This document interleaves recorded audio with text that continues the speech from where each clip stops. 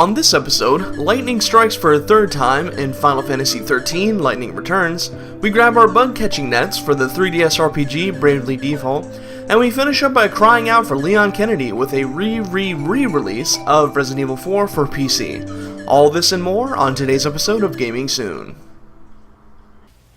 Hello everybody, Killer Tia here with a Go Palo Erico. Hello. And welcome back to another Gaming Soon. Yes. Yes, and I hope you're excited for today's episode because we played a few games for this episode. Starting with Lightning Returns, Final Fantasy XIII. Not sure what to say on that one. Like I said, when we covered this game in an earlier episode, it was more action paced than the previous two Final Fantasy XIII games. Right. And I got a shot of that as well. This is a demo. It looked okay. It was visually nice. Kind of what you expect from a Final Fantasy game these days. Besides that, I don't know, it just didn't really grab me. Well, I can see why, but I still thought this is the best Final Fantasy XIII game out of all three. What I was most surprised about is this is almost the exact same demo they were playing at E3 several months ago. But they did add in a few extra features for the demo, like having an online connectivity similar to that of Demon's Souls and Dark Souls, seeing all these ghost players running around. And because they figured that you want to embarrass yourself by having it post on Facebook that you're playing the game, it's some real exciting stuff. Yeah, I find it odd that they would have a Facebook app for this game, but whatever floats, Square Enix floats, I guess. It's free advertisement and they know it, so... But yeah, like I said, there was also additional cinematics that I myself did in the E3 demo several months back that they put into here. To kind of flesh out the story a little bit, but not too much. We'll probably link to what we played at some point in the video or in the description or somewhere. Yeah, we did a playthrough of it, so we'll put a link in the description somewhere below so you can watch it, guys. Yep. Formulate your own opinion if you don't happen to have played it yet. But still, even though the story quality may not have been improved from the first, the gameplay itself, in my opinion, was dramatically improved because, you have more interactivity with how lightning attacks these monsters and such instead of what was seen in 13 and 13-2. Right. And that's kind of funny to how some of the costume changes. I mentioned it in the playthrough, but the black mage looks like a Mexican witch. They were just it felt like they were just oh, okay, well, as long as it has the iconic hat, you can do whatever you want with the rest of it. Oh yeah, I do want to play this game, but probably not for the full price of it. Maybe when it drops to $30. I'd say $20, but that's just me. Okay. So, anyways, let's jump from one Square Enix game to another Square Enix game. Yay! With Bravely Default. Bravely Default. You complain about me doing the wrong pronunciation, and here you are doing wrong pronunciations. Anyway. We both played the demo. He recorded some footage. Yeah. Post that as well. I recorded some footage, so my apologies for less than stellar video quality, but that's kind of what you have to expect when you don't have a dev kit and have to put a camera to the 3DS. But even with that said, it's still a good looking game for the 3DS. It's the Final Fantasy V remake we've been waiting for with more stuff to it. Sure. And in 3D! In 3D! It looks good for a 3DS game. It plays good. It's a little bit frustrating, but it's not so frustrating in a way that it's screw this game, I'm not playing it anymore. It's more frustrating in a way that, okay, why did I fail? and how can I improve my party to conquer where I'm at this point in time.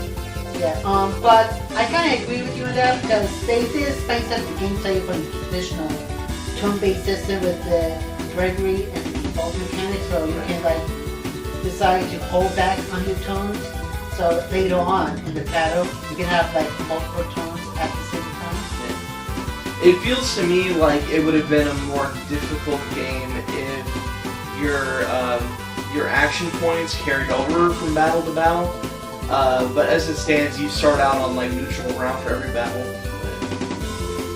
If you do play the demo, which was released earlier this month, you do get some unique content that will open up in the retail version when it comes out next month, which is like in 2 weeks. Right. They were actually passing out this flyer at GameStop right here, showcasing what will be unlocked here. Like Also on Best Buy as well. also at Best Buy with like, let's see, like special items and such. And not to mention, they also mentioned that the demo is also like a side story too, so if you play the game on the 3DS, you're not going to be spoiled by what happens in the main storyline. It's actually pretty ingenious. It lets you get to the core concepts of the game, the stuff that you're gonna play it for, and it also rewards you for doing that. And I think that's pretty brilliant. I feel like more RPG demos should do stuff like that. Yeah, speaking of demos, there are a lot more demos that are doing something like that more and more often. Like, we saw that last time with Dragon Ball Z Battle. Right. And before that, it was with Crackdown 2. Right. So, yeah. So, I am really liking the fact that the developers and publishers are doing more with the demos than just giving us a taste, but giving us a taste and giving us some extra incentives to buy it afterwards. It's not a huge boost, but it's a really good shove at the start of the game as far as I can tell from what items it tells you get. Yes. So it's worth it to play the demo to completion and then having your town maxed out and everything. So. Okay, and last but not least, because thankfully we didn't come up with another good game to talk about, is another port of Resident Evil 4. This time for the PC. Because Resident Evil 4 has to be out on everything, apparently now. It's like the Rayman 2 of survival horror. It has to be released on everything. Gotta release it on everything. Oh, I mean, it's okay. It's a great game. And, you know... Yeah, me and him personally played through the game, throughout the GameCube version, through our friends. I played through the Wii version, but I felt, other than like the lack of HD, was the best version because it really showcased the Wii remote's capabilities. Right. And I was actually thinking about maybe spending a few extra dollars on the HD version because, you know, HD quality and such. But now with the PC version coming out, me and him were talking about it earlier, and he's looking forward to the PC version actually. I'm more of a PC gamer than I am any other kind of gamer, so for me, having the HD remake for Resident Evil 4 makes sense because personally, I've played it, I've beaten it, I've never actually paid for it. I'm usually playing it through friends and stuff, so I figure this is also a good way for me to at least throw Capcom a couple bones, maybe put it towards Marvel vs. Capcom 4 or something. Hopefully worthwhile. Well, they lost the They didn't say Marvel vs. Capcom 3 was going to happen either, so I don't trust them. Yeah, but they lost the Marvel license again, so... They can get it back. But still, there's things to look forward to in the PC version. Yes. Like, obviously going to be in HD, but for this version, it's full HD instead of regular HD.